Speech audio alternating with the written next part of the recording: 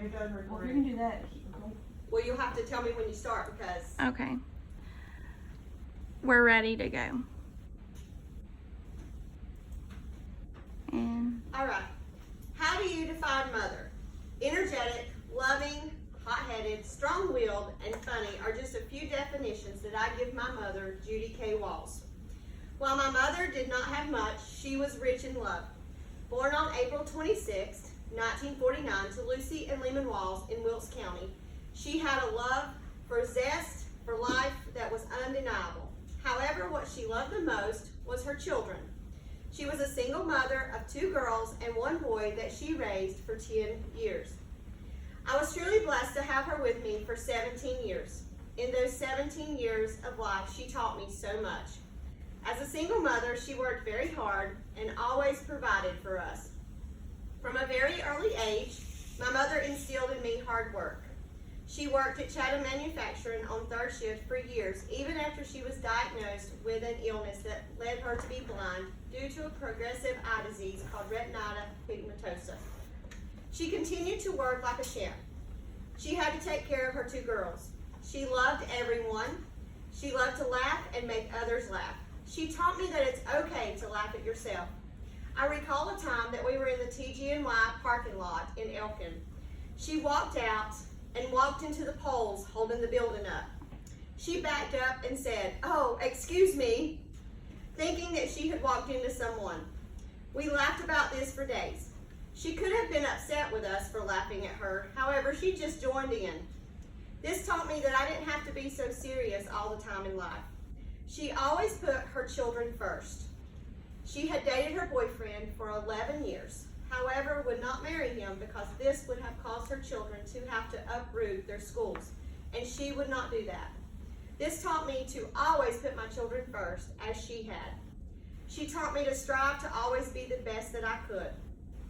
She was always encouraging me to do the best, even on the day that she passed away. She came into my room and she said, "No matter what, know that I love you, and remember that you can do anything that you want. Just put your mind to it." I still carry this thought with me every day with me, as I am the overachiever, as my children tell me. She loved to play the piano, dance, and sing. She was very good at flat-footing. You could say she could cut a rug. We would go to her friend's campground, and her boyfriend of 11 years would dance and sing the nights away. She taught me the love for music and dance. Her favorite artist was Conway Twitty. Some of my fondest memories are from the concerts that she took me to. This was my first. She loved to lay out in the sun. She could come home from work, working 3rd shift, lay out in the sun, sleep all day, and never get burnt. I sure didn't get that trait. I burned like a lobster. She could come home from work and eat and just have a good old time.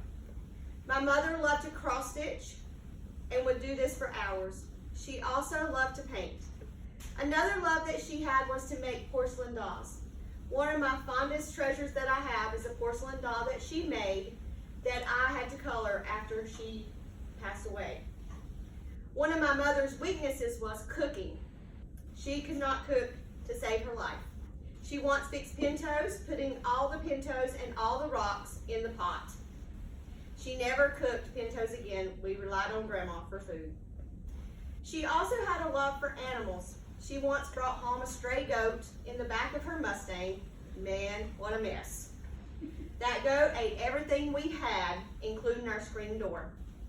She was the jokester in the family. Here recently, I found my baby book that she had kept for me. She religiously charted my height every 6 months until I was 4. Then she noted short. That was the last entry. At Christmas, I remember all her gag gifts. No one wanted Judy's gift, as you were sure to be pranked. My mother was taken away from us at the young age of 39 on November 16, 2019. It has been 31 years since that tragic day. I miss her dearly. I am very grateful to have had her and have her love during this time, to have gotten to love her and experience that. I know that one day I will see her again. Until then, I know her love will live on in all that I do. There is not a day that goes by that I do not think and miss of her. I know that she would have loved my children and grandchildren with all her heart, and I promise to keep her love alive by telling them what a wonderful person she was. I want to say thank you to my mom for being my mom, and I pray that I continue to exude in her everything that I do. Until next time, I love you, Mom.